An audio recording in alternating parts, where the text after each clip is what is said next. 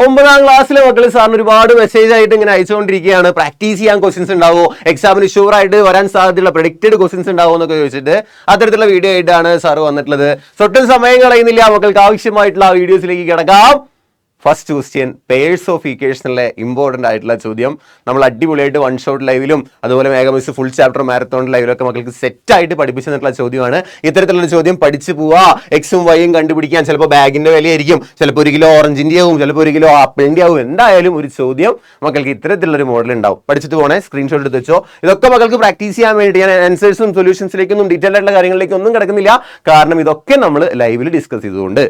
Okay, again purse of equation നല്ല വെയിറ്റേജിന് ഉണ്ടാവും. അത്യാവശ്യം 22 മാർക്കിനോളൊക്കെ ഈ ഓണം എക്സാമിന് എക്സ്പെക്ട് ചെയ്യാം. അത്രയ്ക്കും ഇമ്പോർട്ടൻ്റ് ആയിട്ടുള്ള ഒരു ചാപ്റ്റർ ആണ്.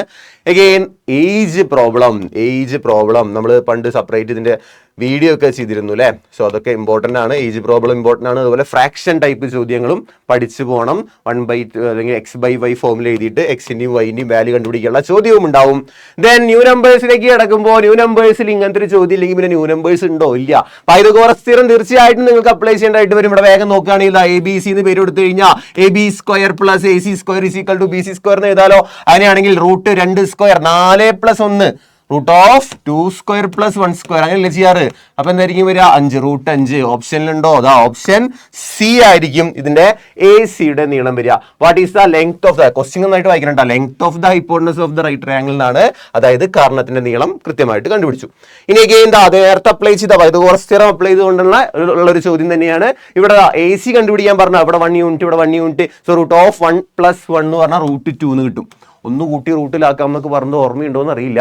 അതേ സെയിം മോഡൽ ചോദ്യമാണ്. വേഗം സ്ക്രീൻഷോട്ട് എടുത്ത് വെച്ചോ, നിങ്ങൾക്ക് എക്സാമിന് ഷുവർ ആയിട്ട് ചോദിക്കാൻ സാധ്യതയുണ്ട്. നമ്മളിപ്പോ പറഞ്ഞോളൂ അല്ലെ, ഇത്തരത്തിലുള്ള ഒരു ഫിഗർ ഓണം എക്സാമിന് തീർച്ചയായിട്ടും ഉണ്ടാവും. അത്രയ്ക്കും ഷുവർ ആണ്.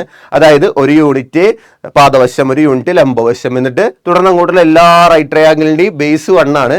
അങ്ങനെയാണെങ്കിൽ നമ്മൾ ഈ റൈറ്റ് ട്രയാങ്കിളിന്റെ ഒക്കെ ഹൈപ്പോട്ടനസ് കണ്ടുപിടിക്കാൻ ഒരു ട്രിക്ക് ഒന്ന് ഓർത്ത് വെച്ചോ. ഒന്ന് കൂട്ടി റൂട്ടിലാക്കാം.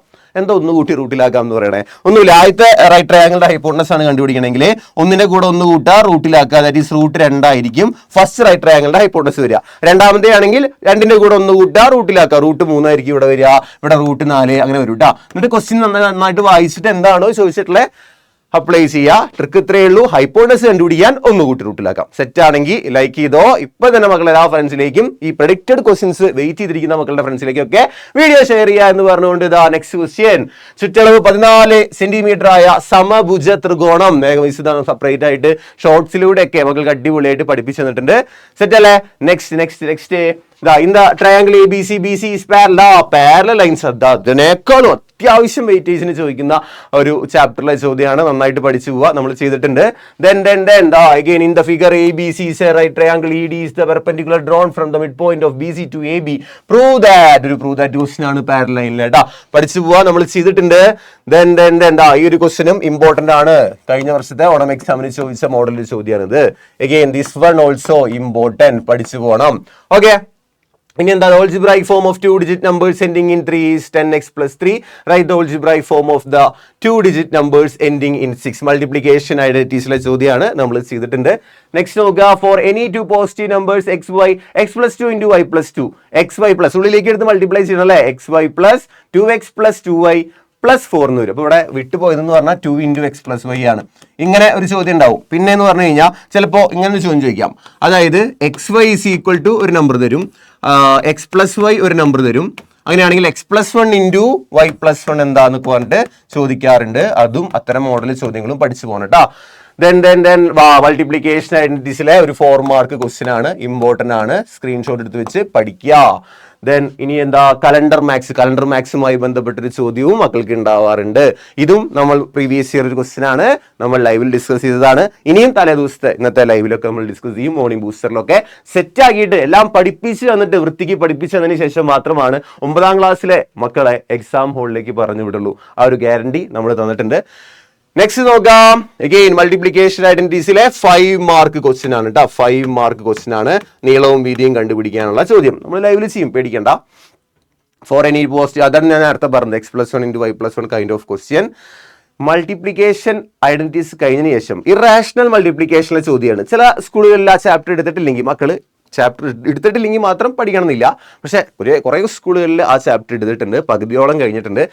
മുൻ വർഷത്തെ 2 ക്വസ്റ്റ്യൻ പേപ്പർ എടുക്കുകയാണെങ്കിൽ ഓണ പരീക്ഷയ്ക്ക് 9ാം ക്ലാസ്സിലെ മക്കൾക്ക് മാത്സിൽ നിന്ന് ഇറാഷണൽ മൾട്ടിപ്ലിക്കേഷന്റെ പകുതിയോളം എക്സാമിന് ചോദിച്ചിരുന്നു. അത്തരത്തിലുള്ളൊരു ചോദ്യമാണ് ഇവിടെ. AC കണ്ടുപിടിക്കാനാണ് പറഞ്ഞിട്ടുള്ളത്. നമുക്കറിയാം ഏരിയ എക്സ് ആണെങ്കിൽ റൂട്ട് എക്സ് ആയിരിക്കും ഒരു വശം വരിക. അപ്പോൾ ഇവിടെ റൂട്ട് 32, ഇവിടെ റൂട്ട് 50. ഇതിനെ ചെറുതാക്കിയിട്ടൊക്കെയാണ് നമ്മൾ AC കണ്ടുപിടിക്കുന്നത്. പേടിക്കേണ്ട, നമ്മൾ ലൈവില് അടിപൊളിയായിട്ട് ഈ ക്വസ്റ്റ്യൻ പഠിക്കുമെന്ന് പറഞ്ഞുകൊണ്ട് ഇത്തരത്തിലുള്ള ചോദ്യങ്ങളും ഒന്ന് ഓർത്തിരിക്കുക. ഈ വീഡിയോ മക്കൾക്ക് യൂസ്ഫുൾ ആയി എന്ന് തോന്നുന്നുണ്ടെങ്കിൽ, ഒരുപാട് പ്രാക്ടീസ് ക്വസ്റ്റ്യൻസ് തന്നിട്ടുണ്ട്, സാധ്യതയുള്ള ചോദ്യങ്ങളാണ് വന്നിട്ടുള്ളത്. അങ്ങനെ യൂസ്ഫുൾ ആയി തോന്നുന്നുണ്ടെങ്കിൽ നിങ്ങൾ താഴെ കമന്റ് ചെയ്തോ. മാത്രമല്ല ഈ റൂട്ട് 4 × √9 ഒന്ന് ചെയ്ത് നോക്കുക. ഒറ്റയ്ക്ക് ചെയ്യാൻ പറ്റുന്നുണ്ടെങ്കിൽ ഇതിന്റെ ആൻസർ എന്താവുമെന്ന് താഴെ കമന്റ് ചെയ്യുക. ഒരു ഹിന്റ് തന്നിട്ടുണ്ട്. സോ നെക്സ്റ്റ് വീഡിയോ ആയിട്ട് വീണ്ടും കാണാം. Till then bye bye all. Thank you.